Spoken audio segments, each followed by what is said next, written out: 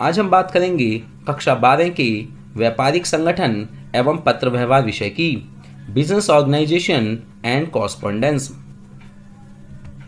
इसमें पहला अध्याय है देशी व्यापार, प्रथम व्यापारिक सौदे की गतिविधि, domestic trade, first course of business transaction. अध्याय 1 में हम देशी व्यापार से संबंधित अर्थात अपने ही देश में होने वाली व्यापारिक सौदों की गतिविधियों के बारे में अध्ययन करेंगे। पहला प्रश्न है, देशी व्यापार से आप क्या समझते हैं या देशी व्यापार से क्या आशय है। इसका मतलब होता है अपने ही देश की सीमा में जो व्यापार किया जाता है उसे देशी व्यापार कहते हैं। इसका उत्तर है देशी व्यापार से आशय उस व्यापार से है जब वस्तुओं का क्रय विक्रय एक ही देश की सीमा के अंदर होता है, तो ऐसे व्यापार को देशी व्यापार कहते हैं। देशी व्यापार का उद्देश्य देश भर में वस्तुओं और सेवाओं के वितरण तथा क्रय विक्रय को सुविधाजनक बनाना है। प्रश्न नंबर 2, देशी व्यापार किसे कहते हैं, इसके 2 प्रकारों का उल्लेख कीजिए। देशी व्यापार किसे कहते हैं, इसे हम पहले प्रश्न में वर्णन कर चुके हैं। वैसे तो देशी व्यापार 3 प्रकार का होता है, लेकिन इस प्रश्न में 2 प्रकारों का उल्लेख किया गया है।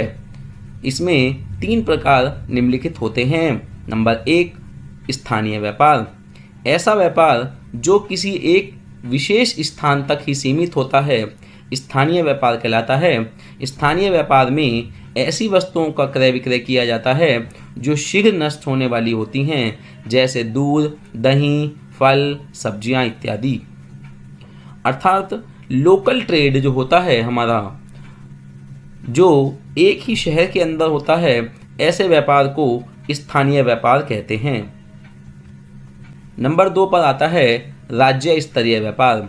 जब व्यापार करने वाले क्रेता और विक्रेता एक ही राज्य की सीमा में रहते हैं, तो ऐसे क्रेता और विक्रेता के मध्य होने वाले व्यापार को राज्य स्तरीय व्यापार कहते हैं, जैसे लकड़ी, कालीन, चूड़ियों आदि का व्यापार। नंबर 3, अंतर्राज्य स्तरीय व्यापार। ऐसा व्यापार जो देश की सीमा के अंदर विभिन्न राज्यों में किया जाता है या विभिन्न राज्यों के बीच किया जाता है, ऐसा व्यापार अंतर्राज्यीय व्यापार कहलाता है, जैसे पंजाब तथा महाराष्ट्र के बीच होने वाला व्यापार।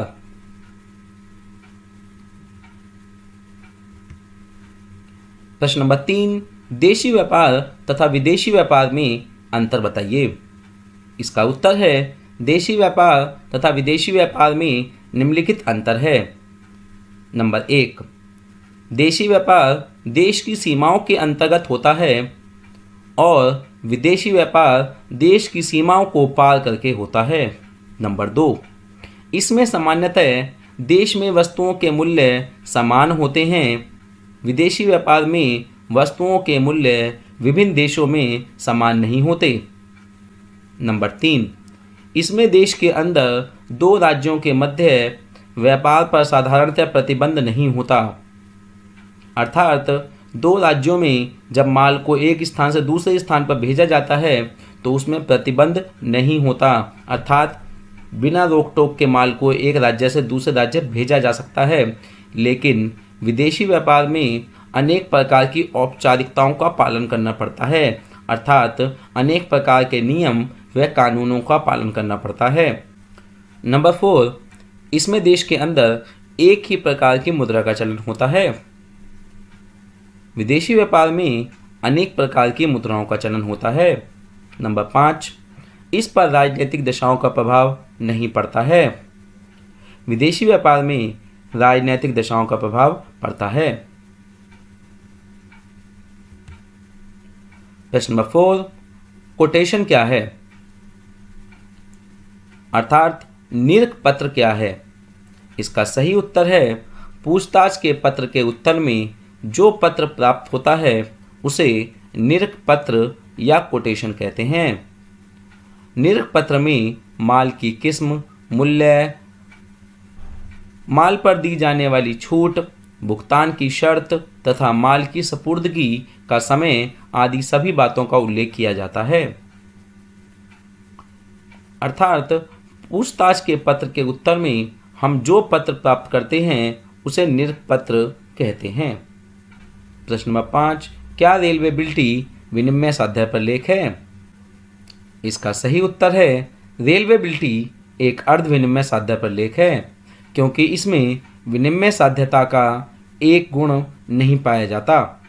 बेचान प्राप्तकर्ता का अधिकार दूषित न होना भले ही बेचानकर्ता का अधिकार दूषित हो। उदाहरण के लिए माना राम हरि की बिल्टी चुराकर मोहन को बेचान कर देता है और मोहन उसे पूर्ण मूल्य चुकता करके सदविश्वास के साथ प्राप्त कर लेता है, तो इस दशा में मोहन का स्वामित्व भी राम के स्वामित्व से अच्छा नहीं कहलाएगा। अर्थात यदि राम चोर है तो मोहन भी चोर कहलाएगा। प्रश्न नंबर 6, बीजक की परिभाषा दीजिए। इसका उत्तर है बीजक की परिभाषा। बीजक एक ऐसा प्रलेख है जो माल के विक्रय के पश्चात विक्रेता द्वारा तैयार किया जाता है। अर्थात जब विक्रेता द्वारा माल की बिक्री की जाती है तो विक्रेता द्वारा जो बीजक अर्थात जो बिल तैयार किया जाता है उसे बीजक कहते हैं।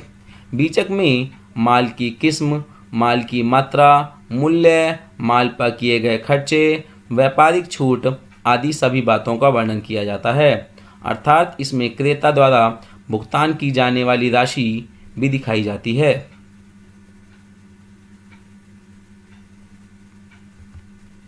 प्रश्न नंबर 7, जमा की चिट्ठी तथा नाम की चिट्ठी से क्या आशय है?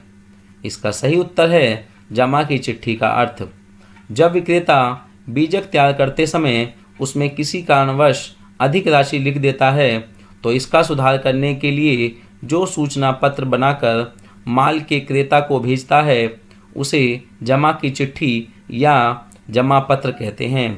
अर्थात विक्रेता द्वारा जब किसी कारणवश माल के बीजक में अर्थात बिल में जो अधिक राशि लिख दी जाती है उसका भुगतान नहीं किया जाता, बल्कि एक जमा की चिट्ठी बनाकर विक्रेता क्रेता के पास भेज देता है और भविष्य में उतनी राशि कम करने का आश्वासन देता है। नाम की चिट्ठी का अर्थ। जब विक्रेता व्यापारी द्वारा बीजक तैयार करते समय उसमें कोई राशि वास्तविक मूल्य से कम लिख दी जाती है तो उसे नाम की चिट्ठी कहते हैं। तो इसका सुधार करने के लिए उसके द्वारा क्रेता व्यापारी को जो सूचना पत्र भेजा जाता है उसे नाम की चिट्ठी कहते हैं। अर्थात कम राशि लिख दी जाती है और जो राशि लेनी है व्यापारी से, क्रेता व्यापारी से, उसे नाम की चिट्ठी लिखकर दे दी जाती है और भविष्य में प्राप्त होने वाले भुगतान में उस राशि को भी जोड़ दिया जाता है। अर्थात कम प्राप्त होने वाली राशि को भी जोड़ दिया जाता है। प्रश्न नंबर 8, जमा की चिट्ठी क्रेडिट नोट कब बनाया जाता है? इसका उत्तर है जमा की चिट्ठी निम्न दशाओं में बनाई जाती है। नंबर 1, जब बीजक का योग अधिक लगाया गया हो। नंबर 2, जब क्रेता को किसी कारणवश अतिरिक्त कमीशन दिया गया हो। नंबर 3, जब बीजक में किसी वस्तु का मूल्य अधिक लगा दिया गया हो। नंबर 4, जब क्रेता ने बारदाना वापस कर दिया हो और उसका बीजक में मूल्य लगा दिया गया हो। बारदाना अर्थात जो बोरी या कट्टे जिसमें माल लाद कर दिया जाता है उसे बारदाना कहा जाता है। नंबर 5, जब क्रेता से कुछ माल वापस आ गया हो। नंबर 6, जब कोई वस्तु वास्तव में भेजने से रह गई हो लेकिन बीजक में उसका मूल्य जोड़ दिया गया हो तो उस संबंध में जमा की चिट्ठी लिखी जाती है। प्रश्न नंबर 9, विक्रय विवरण क्यों बनाया जाता है?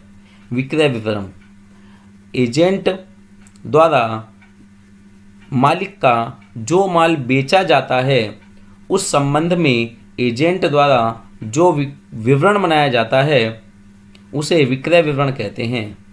विक्रय विवरण निम्नलिखित उद्देश्यों की पूर्ति के लिए बनाया जाता है। नंबर 1, इसके द्वारा मालिक एजेंट को भेजे गए माल के विक्रय के संबंध में जानकारी देता है। नंबर 2, इसके द्वारा प्रधान को विक्रय विवरण में एजेंट द्वारा माल वापसी की जानकारी प्राप्त होती है। नंबर 3, प्रधान इसी विवरण के आधार पर अपनी बहियों में हिसाब किताब का लेखा करता है। नंबर 4, इसके द्वारा प्रधान को माल के संबंध में बाजार मूल्य का ज्ञान भी सरलता से हो जाता है। नंबर 5, मालिक या प्रधान को माल के संबंध में होने वाले खर्चों का पता लग जाता है। प्रश्न नंबर 10, विज्ञापन का क्या अर्थ है? इसका उत्तर है विज्ञापन का अर्थ विज्ञापन के अंतर्गत उन समस्त क्रियाओं को शामिल किया जाता है जिससे वस्तुओं तथा सेवाओं की उपयोगिता से जनता को अवगत कराया जाता है, अर्थात बिक्री बढ़ाने के उद्देश्य से जनता में वस्तुओं और सेवाओं की जानकारी देना विज्ञापन कहलाता है।